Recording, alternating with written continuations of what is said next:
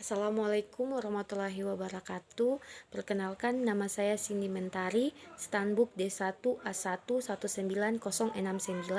Di sini saya akan menjelaskan tentang soal ujian tengah semester ekonomi mikro. Langsung saja.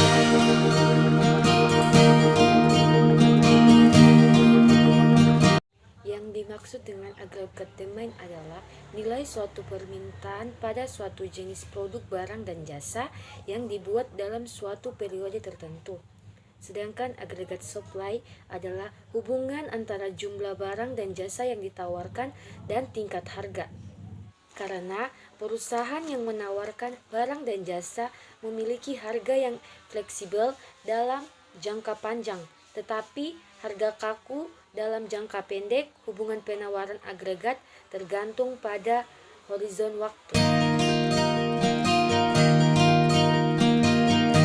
Selanjutnya saya akan menjelaskan tentang 3 model kurva agregat suplai jangka pendek. Yang pertama, model upah kaku. Yang kedua, model kesalahan persepsi pekerja. Yang ketiga, informasi tak sempurna. Baik, yang pertama saya akan menjelaskan model upah kaku. Pada fungsi produksi menunjukkan hubungan antara Y dan tenaga kerja. Ketika jumlah tenaga kerja meningkat, maka pendapatan juga akan naik. Untuk melihat hubungan pendapatan nasional dan Y positif pada kurva agregat supply jangka pendek pada tingkat harga tertinggi. Ketika W nominal tetap, jika harga aktual P naik, maka W real akan menurun, atau sehingga dapat mendorong perusahaan menarik lebih banyak tenaga kerja. Jika tenaga kerja bertambah, dapat mengakibatkan hubungan yang positif. Semakin rendah upah real, maka semakin banyak tenaga kerja yang digunakan perusahaan, dan semakin banyak tenaga kerja yang digunakan, maka semakin banyak output yang diproduksi. Model upah kaku yang dimana kurva penawaran agregat jangka pendek yang miring ke atas, karena dalam jangka pendek upah nominal sulit berubah. Penurunan tingkat harga membuat jumlah pekerja dan produksi menurun, sehingga perusahaan mengurangi jumlah penawaran barang dan jasa. Yang kedua, model kesalahan pekerja yang diasumsikan upah bisa menyesuaikan dengan bebas dan cepat dalam menyeimbangkan penawaran dan permintaan tenaga kerja. Yang kedua, pergeseran yang tidak diharapkan pada tingkat harga mempengaruhi penawaran tenaga kerja, karena para pekerja kadang tidak memahami nama upah real dan upah nominal. Permintaan tenaga kerja agregat sebagai fungsi dari tingkat upah ini dengan arah yang negatif. Jika harga naik, maka permintaan tenaga kerja akan turun, dan sebaliknya, dan menyebabkan kurva penawaran agregat miring ke atas. Yang ketiga, model informasi tak sempurna yang diasumsikan setiap pemasok dalam perekonomian memproduksi barang tunggal dan mengonsumsi banyak barang.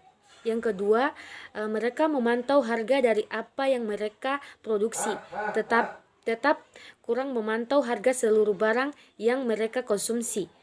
Permintaan tenaga kerja agregat sebagai fungsi dari tingkat upah ini dengan arah yang negatif. Jika harga naik, maka permintaan tenaga kerja akan turun, dan sebaliknya, dan menyebabkan kurva penawaran agregat miring ke atas. Yang ketiga, model informasi tak sempurna yang diasumsikan setiap pemasok dalam perekonomian memproduksi barang tunggal dan mengonsumsi banyak barang. Yang kedua, mereka memantau harga dari apa yang mereka produksi, tetapi kurang memantau harga seluruh barang yang mereka konsumsi. Tidak seperti upah real kaku, model ini berasumsi seperti pasar berjalan. Model informasi tak sempurna menyatakan bahwa bila harga melebihi harga yang diharapkan, para pemasok meningkatkan output mereka. Selanjutnya, pergeseran AD akibat kebijakan fiskal dan kebijakan moneter, yang dimana kebijakan fiskal adalah kebijakan yang mencangkup bidang pengeluaran, permintaan, atau perpajakan. Sedangkan kebijakan moneter adalah kebijakan yang berkaitan dengan pengendalian suplai uang dan tingkat bunga. Kebijakan fiskal ekspansif yang dimana kenaikan peningkatan pengeluaran pemerintah akan menggeser permintaan agregat ke kanan dan penurunan pajak bergeser ke kanan. Kebijakan fiskal ekspansioner akibat kenaikan pengeluaran pemerintah atau penurunan pajak terhadap kurva menyebabkan kurva permintaan agregat bergeser ke kanan. Kebijakan fiskal kontraktif akibat pengeluaran pemerintah atau kenaikan pajak terhadap kurva yang menyebabkan kurva permintaan bergeser ke kiri.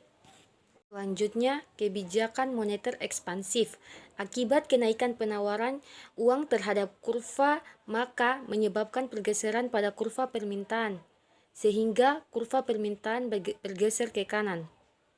Ketika tingkat harga meningkat, maka akan turun kebijakan moneter kontraktif. Akibat penurunan penawaran uang terhadap kurva, maka menyebabkan pergeseran kurva pada permintaan agregat sehingga menyebabkan kurva permintaan agregat bergeser ke kiri.